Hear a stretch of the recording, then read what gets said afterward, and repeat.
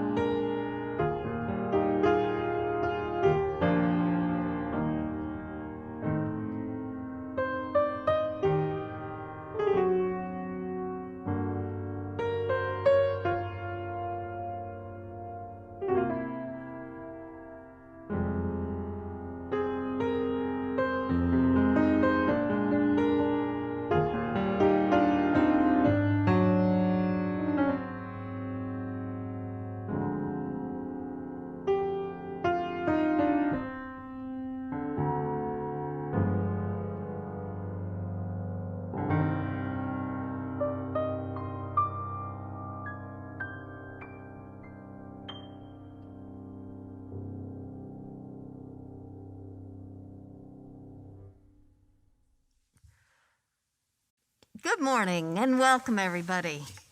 I'll share with you some words of my colleague Ann Pert. This day, we come together to celebrate who we are, to share insights that give meaning and hope to our lives, to learn from the wisdom of others that their truths may contribute to our understanding, We gather, we share, we learn, we celebrate our coming together. So come, let us join together in the celebration of life. We light this flame to ignite the sacred power of justice. We light this flame so that it may be a beacon of hope in moments of uncertainty, fear, anxiety, and the unknown. We light this flame and are emboldened by its blaze, knowing our strength as a prophetic and powerful people is rooted in the diverse ways we answer the call to love. This is by Jamie A. Yandel.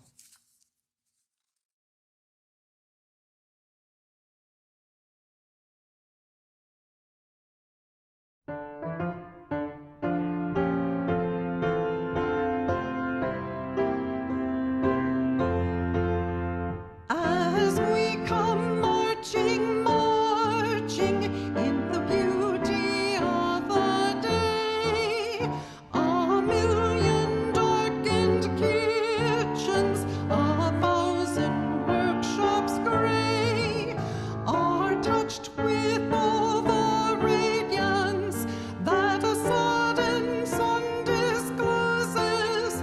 For the people hear us singing, bread and roses, bread and roses. As we come marching, marching, we battle too for men, for they are women's children, and we mother them again. Our lives shall not be sweated from birth until life closes. Heart starve as well as body. Give us bread, but give us roses. As we come marching, marching, unnumbered women dead, go crying through our singing their ancient song of bread. Small art and love and beauty, their drudging spirits new. Yes, it is bread we fight for, but we fight for roses too. As we come marching, marching, we bring the greater days. The rising of the women means the rising of the race. No more the drudge and idler tend that the one reposes, but a sharing of life's glories. Bread and roses, bread and roses.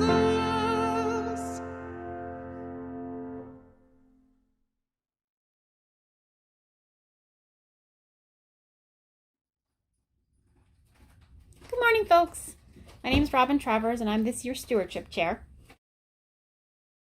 We are in our second week of our pledge drive, and we are a quarter of a way towards our goal of 346,500. So go us. Let's keep them rolling in. Wanted to share some more whys with you. I have a couple of whys here from our some board members. I support UUCNH because it is home. It is a place where I feel my truest self. It is a shady tree on a warm day and a hot cup of tea in the winter. The people there are so much more than supportive. They are encouraging and inspirational in their acts. I strive to be a better person, to carry my weight amongst them. Last but not least, this religious community is a place where I know my kids will learn how to be good children, inquisitive young adults, helpful grown-ups, learning from their peers and the superb people in the Faith Development Program. Alex Saxon. I came to UUCNH at a time of profound loss.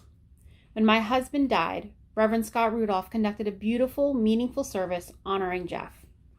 Soon I knew that I had found a haven, a community where I could navigate my new reality with loving support. Thanks to this congregation, my life has expanded in so many ways over the last 9 years.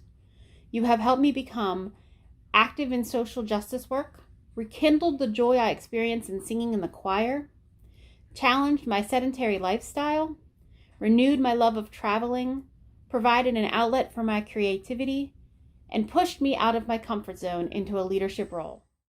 My life is richer now than I ever expected it would be. Julie Cant. You can submit your pledge by mailing your pledge card to the church or by going to the UCNH website, clicking on the donate on the blue bar, picking 2021-22 pledging, and then hitting the blue click here button and filling out your form. What's your why, folks?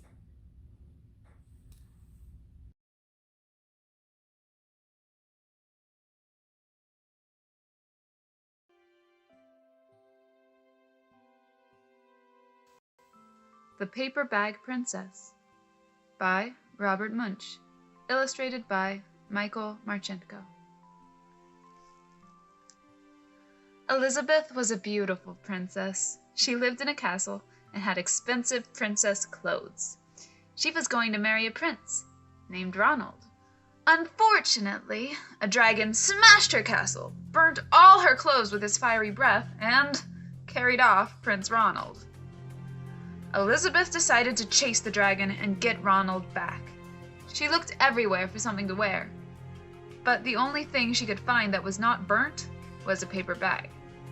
So she put on the paper bag and followed the dragon. He was easy to follow because he left a trail of burnt forest and horses' bones. Finally, Elizabeth came to a cave with a large door that had a huge knocker on it. She took hold of the knocker and banged on the door. The dragon stuck his nose out of the door and said, "Well, a princess. I love to eat princesses, but I have already eaten a whole castle today. I am a very busy dragon. Come back tomorrow." He slammed the door so fast that Elizabeth almost got her nose caught.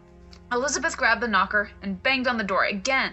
The dragon stuck his nose out of the door and said, "Go away. I love to eat princesses, but I already have eaten a whole castle today, and I am a very busy dragon. Come back tomorrow." "Wait!" shouted Elizabeth. "Is it true that you are the smartest and fiercest dragon in the whole world?" "Yes," said the dragon. "Is it true," said Elizabeth, "that you can burn up 10 forests with your fiery breath?" "Oh, yes," said the dragon. And he took a huge, deep breath and breathed out so much fire that he burned up 50 forests. "Fantastic," said Elizabeth. And the dragon took another huge breath and breathed out so much fire that he burned up 100 forests. "Magnificent," said Elizabeth. And the dragon took another huge breath. But this time, nothing came out. The dragon didn't even have enough fire left to cook a meatball. Elizabeth said, "Dragon, is it true that you can fly around the world in just 10 seconds?" "Why, yes," said the dragon, and jumped up and flew all the way around the world in just 10 seconds. He was very tired when he got back, but Elizabeth shouted, "Fantastic! Do it again!" So the dragon jumped up and flew around the whole world in just 20 seconds. When he got back, he was too tired to talk, and he lay down and went straight to sleep. Elizabeth whispered very softly, "Hey, dragon." The dragon didn't move at all. She lifted up the dragon's ear and put her head right inside. She shouted as loud as she could, "Hey, dragon!" The dragon was so tired he didn't even move. Elizabeth walked right over the dragon and opened the door to the cave. There was Prince Ronald. He looked at her and said, "Elizabeth, you are a mess. You smell like ashes, your hair is all tangled, and you are wearing a dirty old paper bag. Come back when you are dressed like a real princess." "Ronald," said Elizabeth, "your clothes are really pretty, and your hair is very neat. You look like a real prince. But you are a bum." They didn't get married after all.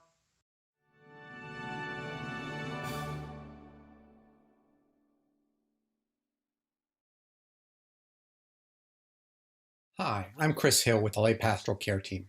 During our service, we create this sacred space for sharing within our community. It's time to share significant life passages with the congregation so you can be held in loving care. I'll be reading the joys and sorrows this morning. We'll be placing a stone representing each joy or sorrow in the sand, representing our congregation, supporting the sorrows and lifting up the joys. Robin Travers reports a sorrow. My father has become very ill. His diabetes has gotten out of control. He's lost 35 pounds since Christmas. He has a fractured back and he has congestive heart failure. They're trying to control it with medicines and diet. He is such a vibrant, upbeat guy, and he just sounds so tired. I am very worried. To Robin, her father, and family, we say, we hold you in our hearts. We now place one more stone in the sand for all the joys and sorrows that exist in our hearts but remain unspoken today. We especially think of everyone suffering, directly or indirectly, from this COVID-19 pandemic. Please read with me the words appearing on the screen, understanding that here includes all those watching. Let us hold in our circle of caring each person here. Let us hold in our hearts those who are unable to be with us today. Let us hold in our memories those who have moved on. Let us find comfort in knowing that we are not alone. I invite you now to join me in a spirit of meditation or prayer. So please settle in a little more comfortably and close your eyes if you wish. Allow your body to relax into your sacred space. Slow down and breathe. Breathe in deeply. Breathing out slowly. Breathing in compassion. Breathing out peace.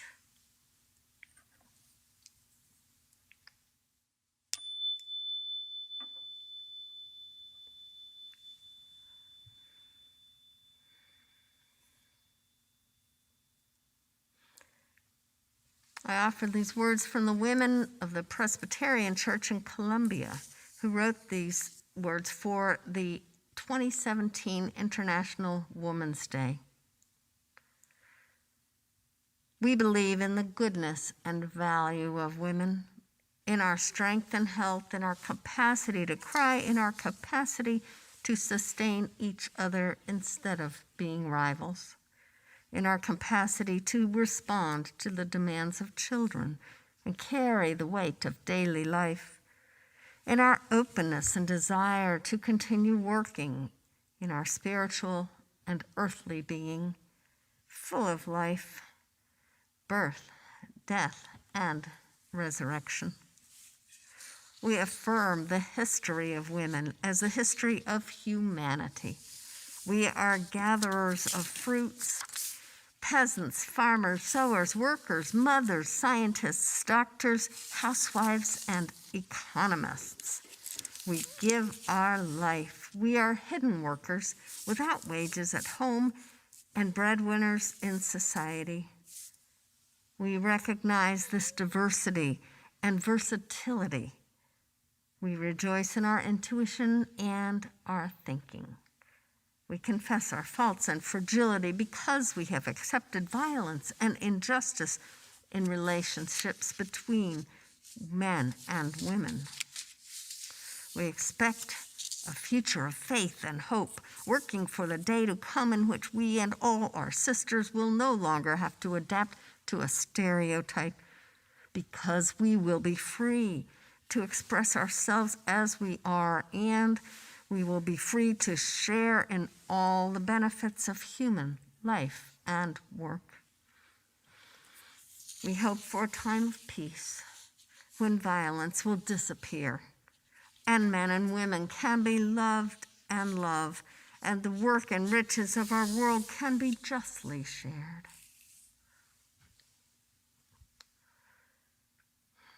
Let us pause for a few moments of silent reflection.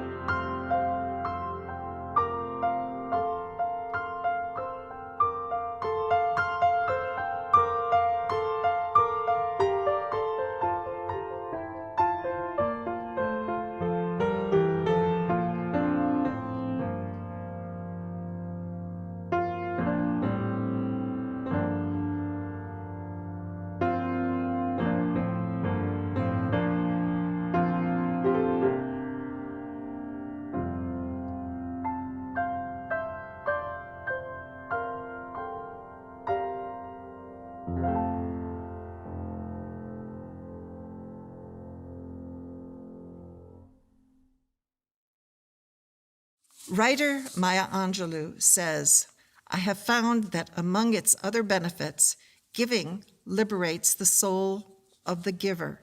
Here at UUCNH, we are interested in liberating souls. The morning offering will be taken by your mailing a check to the church or by going to the uucnh.org website, finding the link in the upper right-hand corner that says Donate, and making a contribution equivalent to what you would be putting in the plate or more.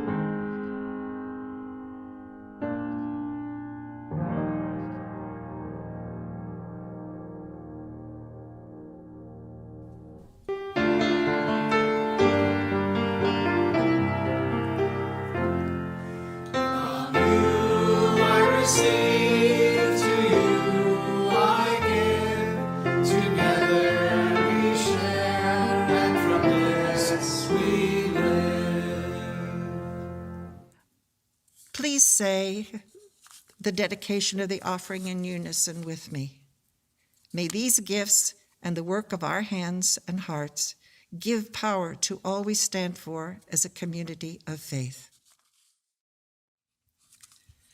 This reading is an excerpt from a January 20th, 2021 article by Janelle Hobson in Ms. Magazine called President's Day, Kamala Harris and the Feminist Future of America.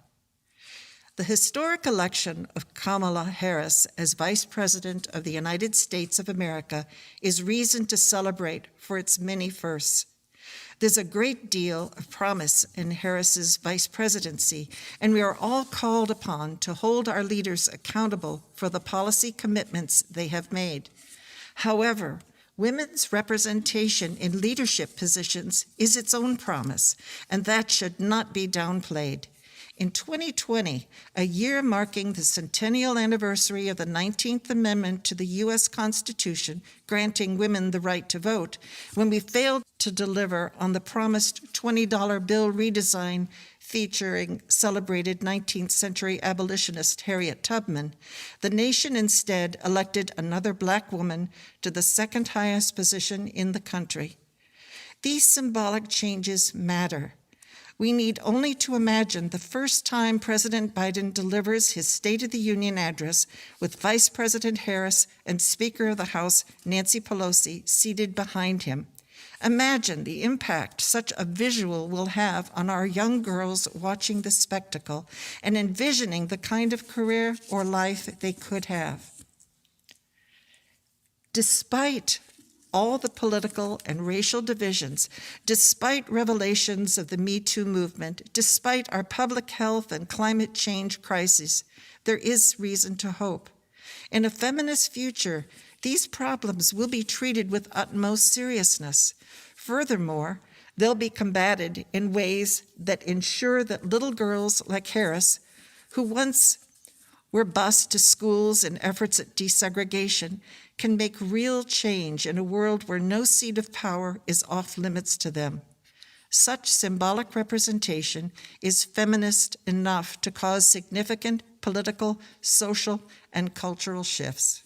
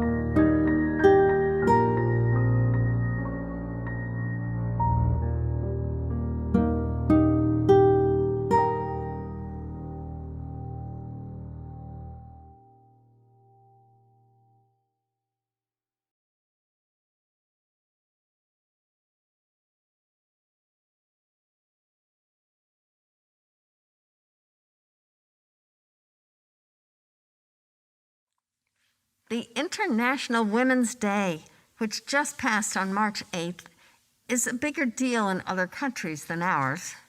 In many countries, it's an opportunity to explore political and social awareness of the struggles of women worldwide. In the U.S., the month of March is Women's History Month, which we honor today. The women's liberation movement in the United States started in the 1800s and initially focused on legal rights, culminating in women achieving the right to vote in 1920. The second wave of the movement peaked in the 1970s and touched on every area of women's experience, including family, sexuality, and work. Now, there's been a third and even a fourth wave as we seek to be more inclusive of all women's voices, not just white women's. The third wave brought attention to the need for intersectionality, the idea that we need to look at the different modes of discrimination and privilege together. It arose in relation to Anita Hill's 1991 testimony of sexual harassment by Clarence Thomas, who was nominated and eventually confirmed to the Supreme Court by an all-male, all-white Senate Judiciary Committee. The fourth wave arose with the prevalence of social media in just the past decade or so, and it includes the Me Too movement, #MeToo, and the Time's Up movements, you might remember. And among others, there have been many now. This builds on the previous waves of feminism, and it argues for many of the same rights that they fought for that are still denied to women. Now, in 2021, there are women in positions of power all over the world, women like Jacinda Ardern of New Zealand, Angela Merkel of Germany, and now Kamala Harris, our new vice president. In many nations, including our own, women can earn a living and be independent. Women are being educated like never before, and the value of educating girls is becoming well known, even in places like Pakistan, thanks to people like Malala Yousafzai. Oh, I'm mangling her name, I know. But you know who I mean. So, yes, a lot of progress, but we have a long way still to go before we can rest on our laurels. Women are raped, violated, bought and sold as sex slaves, humiliated, harassed, and made to cover their bodies and heads because men can't control themselves. Women's rights to control what happens to their bodies are continually threatened. Women's earning capacity still lags behind men's. During the pandemic, there has been great concern for women and children in danger of domestic violence as we've been cooped up at home. Even as we work to undo the white supremacy that oppresses people of color and indigenous people, let us not forget that the patriarchy still reigns supreme as well, keeping women from the professional, personal, and even bodily advantages that men have. For many years now, the word feminist has been out of favor, kind of like the word liberal. I think that might be turning around now, just based on my own observation. The world needs men and women who aren't afraid to call themselves feminists, who aren't afraid to do the work of feminism, advocating for women's rights and listening to and valuing women's voices. I grew up in the 60s and 70s in Potsdam, New York, a liberal college town with a mother who ruled the roost and a passive father. I believed in equality of the sexes, but I didn't see the point in fighting for it or calling myself a feminist because I thought I was already there. I felt that there was nothing I was prohibited from doing because of my gender, and that I could do anything a man could do.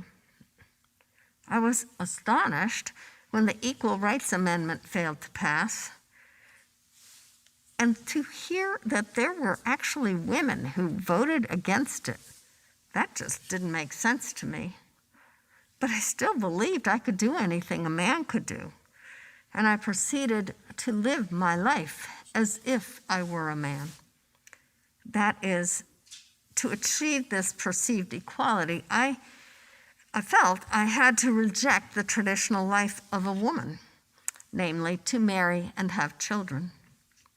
I emulated my father, became good at intellectualizing things to keep from feeling them. I was fond of the abstract and theoretical and contemptuous of detail, and strove to become proficient in academic discourse. Then, when I was in my mid-30s, when I was reevaluating everything, I saw the light and converted to feminism. My conversion experience centered around the issue of voice. I finally realized that it isn't enough to let women into a man's world, to let them learn to speak the language of the dominant culture. No, we have to see the value in women's voices as well, in their voices as women. For me, this meant seeing my mother's way of speaking, with all its incessant chatter about nothing, as just as valuable as my father's way of speaking, which most often took the form of lecture on some academic topic. Around this time, my alma mater, Georgetown University, had linguist Deborah Tannen, who came out with a book called You Just Don't Understand, which points to gender differences in communication styles and sees our discourse as cross-cultural communication. She claims equal value for each style, and it was empowering to me to see differences I had been aware of lifted up and treated as equal. And when I was in seminary, I finally read Carol Gilligan's landmark work, A Different Voice, which proposes that there are different voices or conceptions of morality that are revealed when looking at women's moral development on an equal footing with that of men.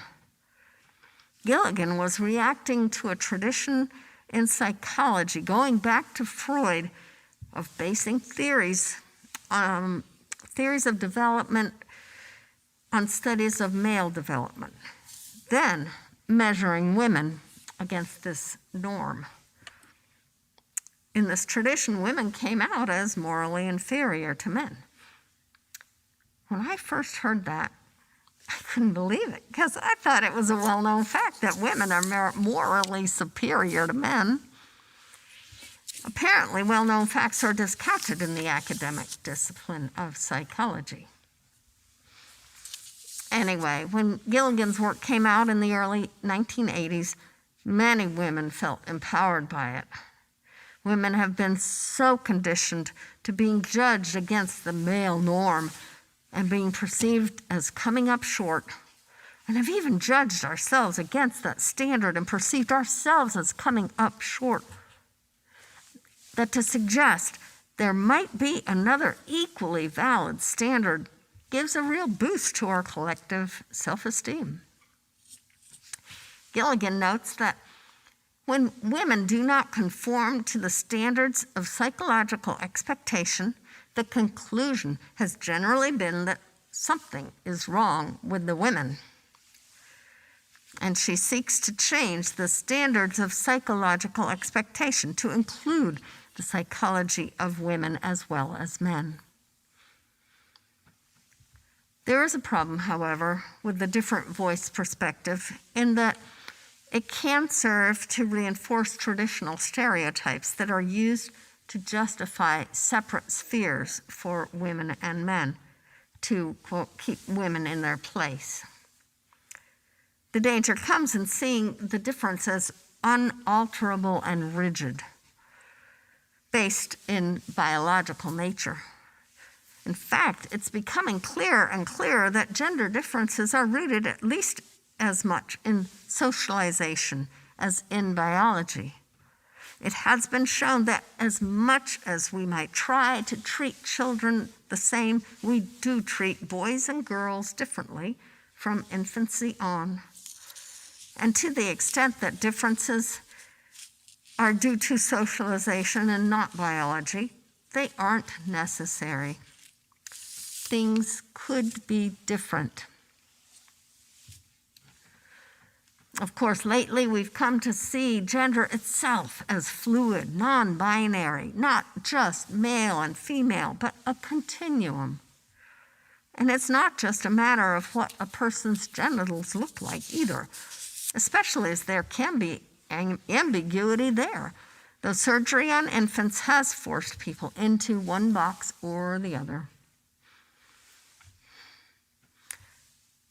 Despite the progress we've made on women's rights and prioritizing women's voices and concerns, it remains the fact that the dominant culture in our society is based on the male perspective, and any deviations from that standard are still often seen as substandard.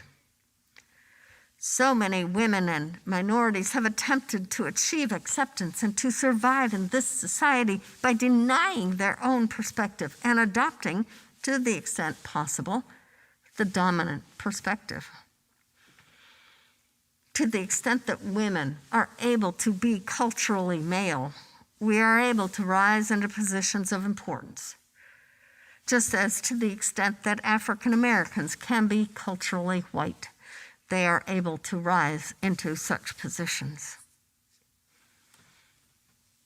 Many people don't want to acknowledge the difference or any difference between the sexes because to do so implies an inequality.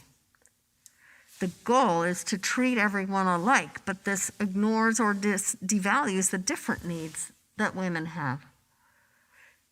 It is an inequality in form, which in fact supports the existing social hierarchy. A new term I've heard for this is meritocracy.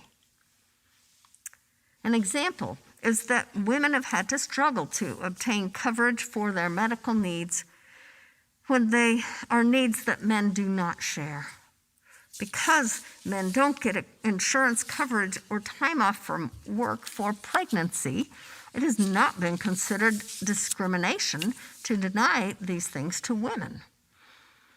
Also, the business world is still largely structured around the idea that there is someone at home looking after the children. Typically, it is women who have filled this role. Subsidized childcare has been denied because it is perceived as a benefit to women only. Feminist scholar Catherine McKinnon describes some more examples of why seeking equality by treating everyone the same doesn't work. She says, the sameness standard has mostly gotten men the benefit of those few things women have historically had for all the good they did. Under gender neutrality, the law of custody and divorce has shifted once again, giving men what is termed an equal chance at custody of children and at alimony. Men often look like better parents under gender-neutral rules, like level of income and presence of nuclear family, because men make more money and, as it is termed, initiate the building of family units. They also have greater credibility and authority in court. Under gender neutrality, men are, in effect, granted a preference as parents because society advantages them before they get to court. But law is prohibited from taking that preference into account because that would mean taking gender into account, which would be sex discrimination. Nor are the group realities that make women more in need of alimony permitted to matter, because only individual factors, gender neutrally considered, may matter. So the fact that women will live their lives as individuals, as members of the group women with women's chances in a sex discriminatory society may not count, or it is sex discrimination. The equality principle in this form mobilizes the idea that the way to get things for women is to get them for men. Men have gotten them. Women have lost their children and financial security and still have not gained equal pay or equal work, far less equal pay for equal work, and are close to losing separate enclaves like women's schools through this approach.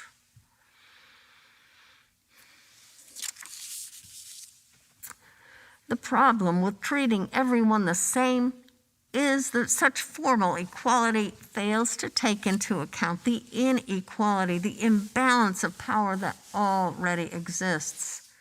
It's the same fallacy that has been used to fight the affirmative action used in college admissions. The point of affirmative action is to help level an uneven playing field. Basically, women and men are not the same, and equality, or more accurately, equity, is not achieved by treating everyone equally. We have to look at what the different needs are and make sure everyone's needs are being met. There's a cartoon drawing I've seen of 3 children of different heights looking over a fence. In the first picture, each gets the same size box to stand on, and one is much higher than needed, another is just right to see over the fence, and the third still can't see over the fence. In the second picture, they each have a different size box that enables all of the heads to be high enough to see over the fence. The image is labeled equality versus equity. Women today have a great deal of economic independence and freedom, but if they have children, they are still largely responsible for the household and the child-rearing duties. Not in all cases, to be sure, and it gets better all the time, but the vast majority, that's still the case. And in spite of the success stories of many remarkable women, it is difficult to find a creative voice or climb a career ladder while managing these responsibilities. I myself have always felt a conflict between a path of creativity and that of creating a family. And I understand that Kamala Harris put off marriage and children to establish her career. Women often have to choose between family or career, a choice men have not had to make. Equality or equity is still a goal, though it can't be achieved by treating everyone the same.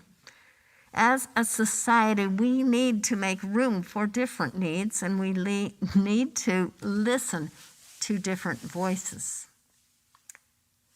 Our institutions perpetuate the patriarchy, just as they perpetuate white supremacy.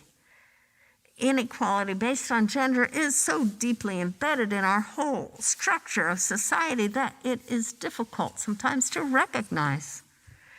I didn't recognize it for the first 30-some years of my life. It is insidious.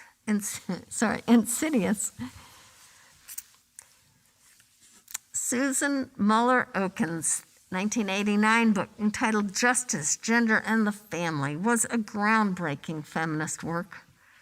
Although now dated, it remains remarkably relevant today, at least for heterosexual marriages. Oken sees the root of gender injustice in the structure of the family. She argues that marriage and the family, as currently practiced in our society, are unjust institutions. She claims that the gender-structured family is unjust because it makes women vulnerable, both economically and socially. These institutions constitute the pivot of a societal system of gender that renders women vulnerable to dependency, exploitation, and abuse.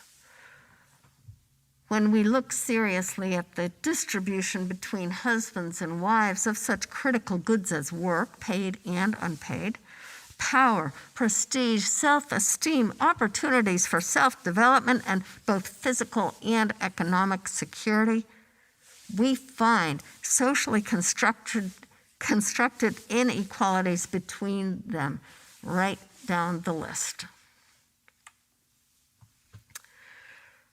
What Oken is saying is not that women should all be working outside the home, but that we should value the unpaid work of raising a family as much as we value the work that brings in a paycheck.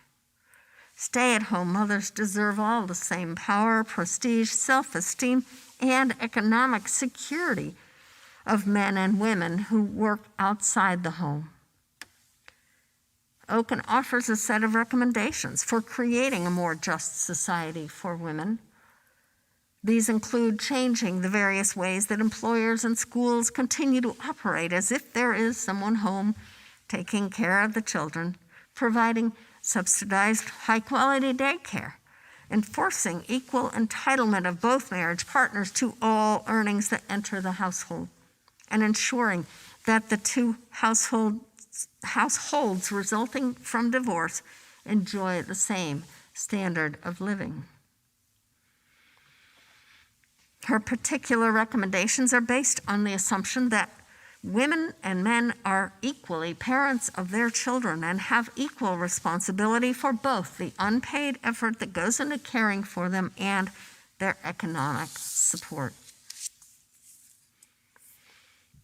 In politics and economics and all aspects of life, we need the authentic, collaborative, transformational, community-building, nurturing skills and competencies that women bring to the table. We need to keep empowering women without fear that it will take anything from men.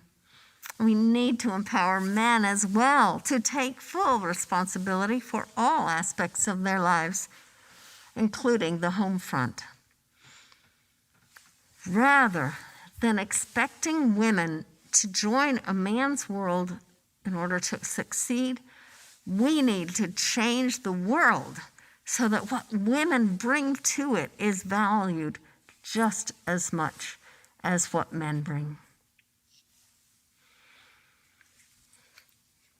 Together, let us work toward a future of faith and hope, working for the day to come in which women will no longer have to adapt to a stereotype, because we will be free to express ourselves as we are, and we will be free to share in all the benefits of human life and work.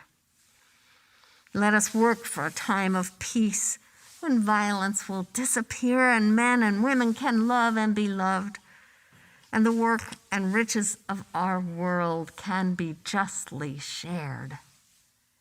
And let us appreciate women's voices for the beauty and the richness they bring to our common conversation, for the gifts women bring to our understanding of life. May it be so, and amen. And now let us sing together one we don't sing very often. It's number 51 in the Gray Hymn Book if you have it, and it's called Lady of the Season's Laughter. The words will be on the screen.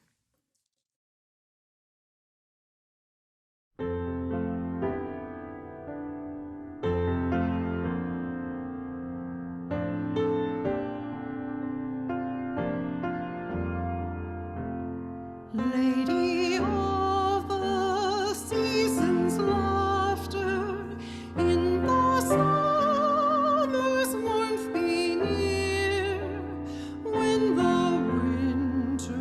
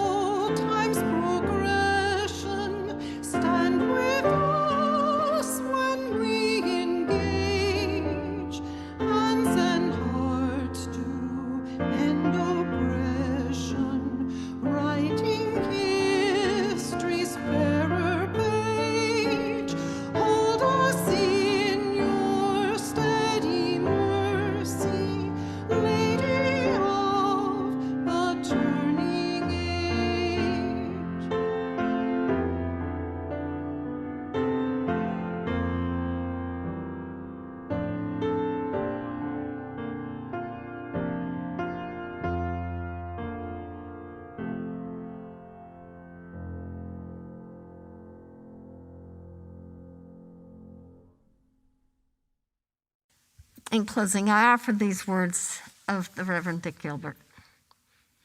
And now, may the rhythms of our coming together, the melodies of our worship, and the harmonies of our farewells make musical our living, soothing our spirits and uplifting our souls this day and into the beckoning future. Go in peace and join us for coffee hour.